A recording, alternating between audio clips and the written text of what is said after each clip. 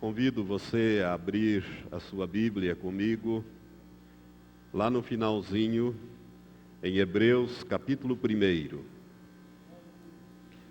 Hebreus capítulo 1, na última vez que ministramos, nós começamos a falar sobre os anjos. E lemos todo o capítulo 1. Hoje vamos ler tão somente os dois últimos versículos, o 13 e o 14, porque o 14 é o texto básico, é o versículo básico que nós estamos usando para falar sobre anjos. Carta ou epístola aos Hebreus, capítulo 1, versículos 13 e 14. O Espírito Santo inspirou o autor da carta aos Hebreus a escrever e a fazer esta pergunta: mas a qual dos anjos disse jamais: assenta-te à minha direita, até que eu ponha os teus inimigos por escabelos dos teus pés? Não são todos eles aqui são anjos, não são todos eles espíritos ministradores enviados para servir a favor dos que hão de herdar a salvação? Amém? Nós estamos nessa segunda quinta-feira, falando novamente sobre anjos. Irmãos, na última quinta-feira, nós destacamos vários aspectos como introdução a esse assunto, mas duas coisas eu deixei bem evidente para a igreja, para você, que constitui o ministério dos anjos. Os anjos, eles exercem vários ministérios, mas dois são principais. O primeiro é o ministério de adoração a Deus. Nós vimos como os anjos foram criados também para adorar a Deus. E o segundo ministério nós encontramos nesse versículo 14, que é o ministério de serviço de ajuda ou proteção aos homens, aos seres humanos. Então os anjos, eles têm um ministério de prestar ajuda, de prestar proteção aos seres humanos, aos homens de um modo geral. E este versículo nos diz que todos eles são espíritos ministradores, já enviados, porque o tempo verbal aqui do verbo enviar está no passado, enviados, Deus os enviou para servir, para prestar serviço a favor dos que hão de herdar a salvação. Se você ainda não é herdeiro da salvação, você pode ser hoje herdeiro da salvação. A salvação é oferecida a todos, de graça, mas ela custou muito caro para Deus e para o Senhor Jesus Cristo e para o Espírito Santo. Mas para nós ela é dada de graça, porque a Bíblia diz muito claramente, em Efésios capítulo 2, versículos 8 e 9, pela graça sois salvos por meio da fé. Isso não vem de vós, é dom, é dádiva de Deus. E não vem das obras para que ninguém se glorie. Então a salvação, que pertence a Deus e ao Cordeiro, é dada a todos, é ofertada a todos. E os anjos estão aqui para servir aqueles que vão herdar a salvação de Deus. Tem pessoas que não são servidas pelos anjos. Principalmente aquelas pessoas que não querem saber de Deus, e nem das coisas de Deus, nem compromisso algum com Deus, né? Deus, ele está interessado nas pessoas, na salvação de todos. Ele já fez a parte dele. Nós é que temos que fazer a nossa parte. Agora é o período nosso. É o tempo de salvação em que nós temos que tomar uma decisão. Nós vivemos aqui 70, 80, 90 anos, e este é o período que é muito curto para nós decidirmos se queremos ou não ser salvos eternamente. Porque, amados, a Bíblia é muito clara que o ser humano, ele está condenado eternamente. A Bíblia deixa isso muito claro pela própria boca do Senhor Jesus. Basta você ler o Evangelho de João no capítulo 3, todo o capítulo, que você vai entender que aquele que rejeita a salvação de Deus em Cristo já está condenado. Então a salvação, ela é a suspensão ou a eliminação da pena de morte, mas morte eterna, não é morte física não, morte eterna. Então, a salvação é dada gratuitamente. E os anjos estão aqui para servir aqueles que vão herdar a salvação. Oxalá Deus esteja falando com você, tocando no teu espírito, para que você entregue a sua vida a Jesus.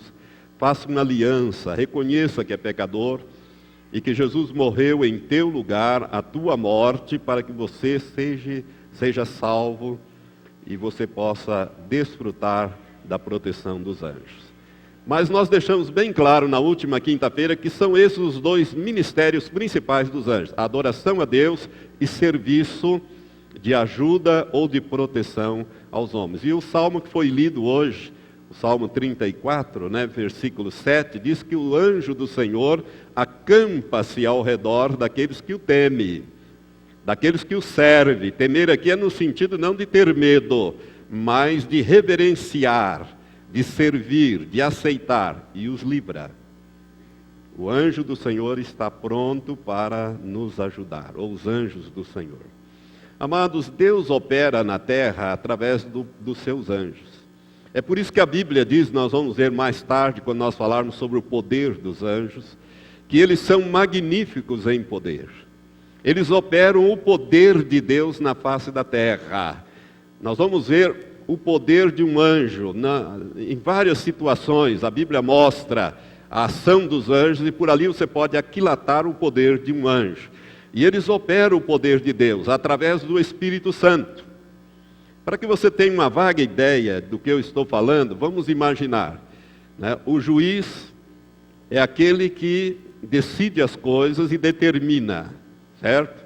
Então, o juiz manda que se faça, por exemplo, a prisão de alguém, ou que se tome esta ou aquela decisão, que pratique este ou aquele ato. Ele expede um mandado e esse mandado vai ser cumprido. Quem vai cumprir?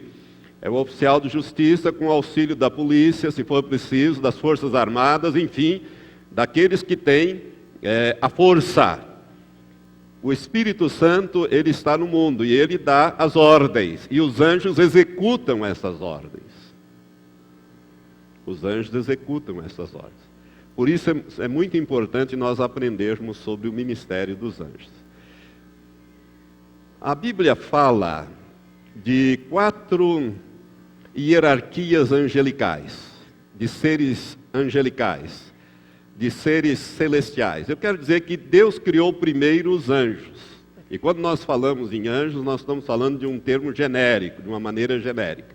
Deus criou primeiro os anjos. Muito tempo depois é que Deus foi criar o homem. Mas isso fica muito claro na Bíblia, que primeiro foram criados os anjos. E os anjos, eles têm uma hierarquia, eles não são todos iguais. No sentido de que todos têm a mesma graduação, o mesmo poder. Eles diferem entre si em tamanhos e em poder, e em missão também. A Bíblia fala de querubins, a Bíblia fala de serafins, a Bíblia fala de arcanjos e a Bíblia fala de anjos, de um modo geral. Então seriam essas 4 hierarquias: querubins, serafins, arcanjos e anjos. Quando a Bíblia fala de querubim, eu quero dizer para os irmãos que o querubim ou os querubins são os seres mais poderosos que Deus criou. Satanás, que antigamente o nome dele era Lúcifer, ele era um querubim.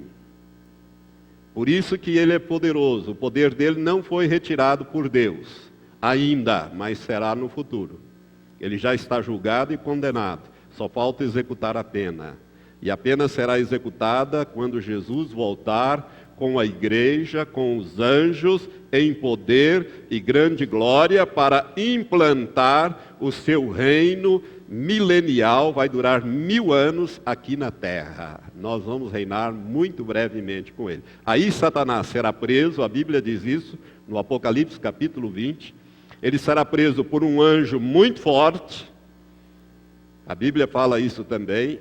com todos os seus demônios e lançados no abismo, e posto selo sobre eles, isso é, guarda, para que eles não saiam de lá, durante o milênio, os 1000 anos que essa terra será totalmente restaurada. Mas Satanás era um querubim.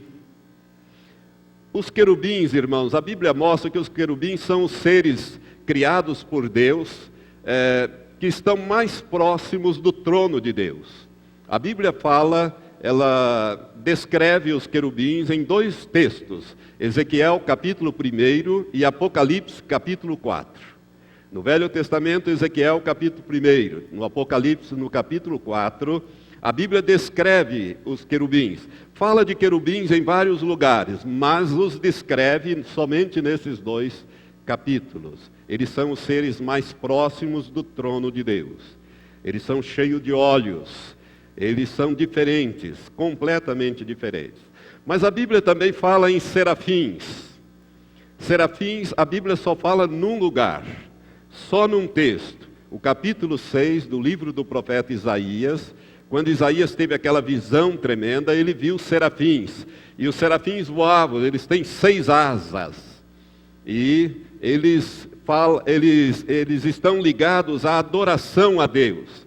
Eles clamam, eles gritam, eles falam, santo, santo, santo é o Senhor dos exércitos.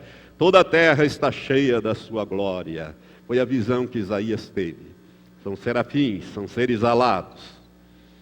A Bíblia fala também de arcanjo. Não obstante, a Bíblia só cita pelo nome um arcanjo, que é Miguel. E também só cita um anjo pelo nome, que é Gabriel. Somente esses 2 nomes são mencionados como seres celestiais criados por Deus. Miguel, que é um dos primeiros príncipes, ele também é um querubim, porque ele é um dos primeiros príncipes, e ele é também um arcanjo. O que é um arcanjo? A palavra arcanjo, ela é a junção de 2 termos que significa chefe, comandante, anjos, arcanjos, comandante de anjos, chefe dos exércitos de anjos. A palavra no grego é chefe, comandante. Aí a palavra arqueduque.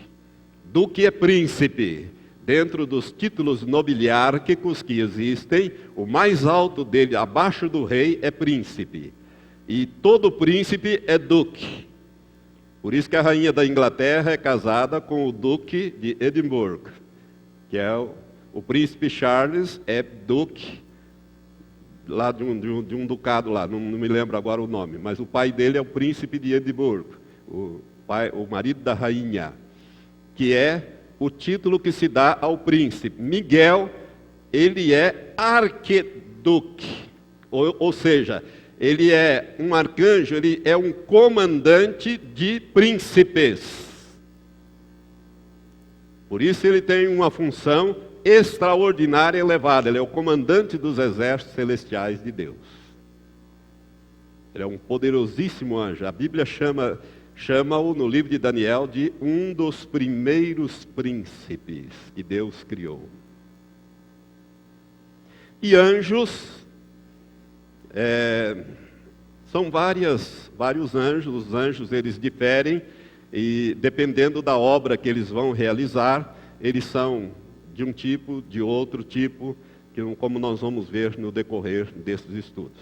Irmão, Miguel, este arcanjo, Miguel é o único que é chamado por esse título, arcanjo. Ele é também o protetor da nação de Israel. Ele protege a nação de Israel. O capítulo 12 do livro de Daniel diz que ele é aquele que vela, que vigia, que guarda a nação de Israel. É por isso que os judeus nunca foram extintos. Todas as nações que tentaram destruir os judeus se deram mal. A Alemanha foi a última.